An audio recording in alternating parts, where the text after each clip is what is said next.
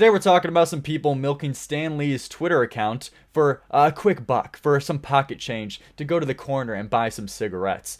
Basically, if you guys don't know who Stan Lee is, he's the creator of like the Marvel universe. Created your Spider-Mans, created your Iron Mans, created your Thors, all that stuff. He's the creator of all that. You guys have probably seen a picture of him in your lifetime. I don't know. Depending on whether you did or not, it doesn't really matter. Basically, all you gotta know for this context is that he's a big celebrity. He's a big celebrity who's been dead for some years now. And his Twitter account got transformed into a memorial. So kind of like wholesome posts about things he did in his life, pictures of Stan Lee throughout his life, for all the fans of his, still getting that like daily content even after he's dead. But recently, the people who took over and started running this Stan Lee account took a much more dark and deviant side to things, with them doing probably one of the most like disgraceful things you could do to anyone's fucking reputation, especially a dead guy who has no say in the matter.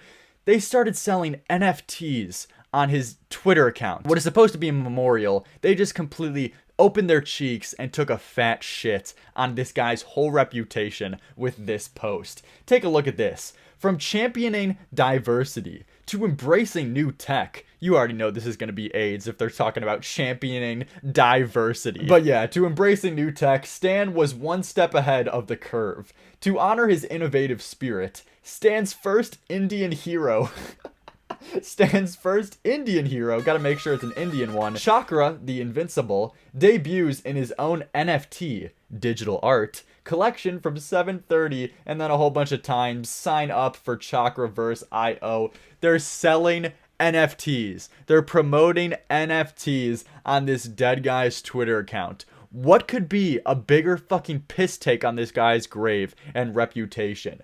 I couldn't think of anything. In recent like internet lore, internet history, whatever you want to call it, there's nothing more disrespectful than this. The only thing I could think of as being on par as using a dead guy's Twitter account for selling NFTs is like taking a Raid Shadow Legends like sponsorship to like promote some bullshit. That's the only thing that's like semi-comparable. And if you take a look at the rest of this Twitter account, it seems like the people running it were really staying truthful and faithful to like the original intent that it even says it's supposed to be doing in the bio, saying honoring Stan Lee's legacy, and they did that. It looks like they've been doing that for quite some time now. But that's probably that was probably the initial intent that these vultures wanted to hop on this opportunity for. Like, this was their golden ticket. This was their plan. Like, for 1 year, maybe even 2 years, we're gonna act like we're just like posting wholesome posts, smiling photos of Stan Lee here and there. But once we've been doing that for a while and people aren't really expecting it, we're gonna slide in slowly some sponsorship deals, you know, slide in slowly some advertisements here and there, and we're gonna earn $1 off of this bullshit. Because you guys know, if you're semi-familiar with like the Hollywood, like Showtime, showbiz industry, you know this shit is extremely common. This is probably one of the like the least, honestly, this is probably one of the least most like impactful ones that I've seen in recent memory and that I memorized. Like, especially in the music industry, this is insane how common it is and how detrimental it is to people's actual careers as well. Do you guys remember that one rapper, XXXTentacion? I'll talk about him in a second, but the most recent one you guys are probably most familiar with is Juice WRLD. Juice WRLD died recently, and because of his death, apparently he had some unfinished work and an album that he was kind of working on, but it was nowhere near a finished product. But even though it wasn't a finished product, they still released his work. They still released an album even after his death. I got a stonewall opinion on this bullshit. That is incredibly morally fucked. And you know me, I don't like to preach about morals and ethics on this channel, because that's really like grandstanding and pretty gay, I'm not gonna lie. To like constantly tell you guys this is wrong and this is right, because that's not even fun. Like, why would I want to do that? That's not fun to do. But Jesus Christ, I'm gonna take that stance on this, and I'm gonna say this is morally fucked, because that ruins someone's legacy. Like, I don't care. The only context in where that would be acceptable, where you drop someone's album, even if it's a finished album, you drop someone's album after their death, is that it says it in his goddamn will. That's the only acceptable thing, dude. I don't care if you got like confirmation from the dude's own mother. That's insane, because that affects his discography of music for years to come, dude. And as I mentioned earlier, this guy XXXTentacion, if you guys are familiar with, when he died, dude, they were fucking like actual vultures to this motherfucker. They were picking every little goddamn skin pellet off this guy's body, off this guy's corpse the minute he died.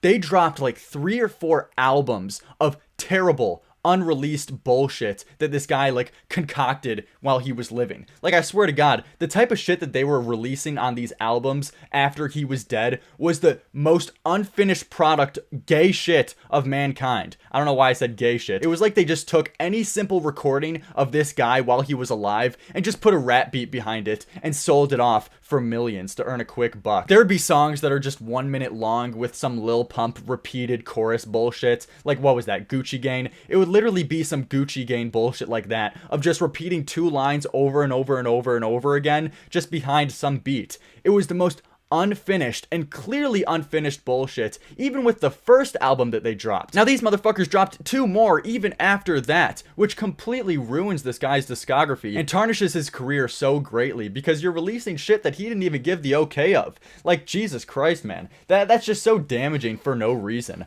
I'm completely fucking black-pilled with this bullshit on dead people and releasing things that they never want to release to the public or they gave the okay to. That's fucking terrible. But as you could expect, this got ratioed to all shit. The whole internet was coming together, raising their pitchforks, raising their online pitchforks, and protesting at this bullshit. Fucking vultures. Using Stan Lee's account to sell a fucking NFT. That really... just like saying that out loud again, that really is the most disrespect. That really is the most disrespectful shit you could think of, dude. A fucking NFT, dude. Really? It would have been, like, the only thing that would make it more disrespectful and more of a piss take and more of just shitting on this guy's grave if it was one of those chimpanzee monkey motherfucker NFTs. Like, you guys know what I'm talking about? If it was just one of those pictures as opposed to, like, this Indian, fucking dude, it would be so fucking worse. Close the fucking account or make it a memorial, but stop fucking using it to shill. Ghouls. All of them. But, you know, this is how Hollywood works. This is how the showbiz works. If you die and if you still got some cash to your name, whether you're dead or not, people are gonna fucking leech off you. It's like there's no ethics. There's no fucking ethics in business practices, especially in goddamn Hollywood. Don't even think about it. And this is why being a YouTuber is so goddamn good. Everybody loves to bitch and moan. Everybody loves to complain about YouTube nowadays. But I'll tell you one thing, you're not gonna get this motherfucking shit. When you're a big YouTuber, you don't gotta worry about anybody, any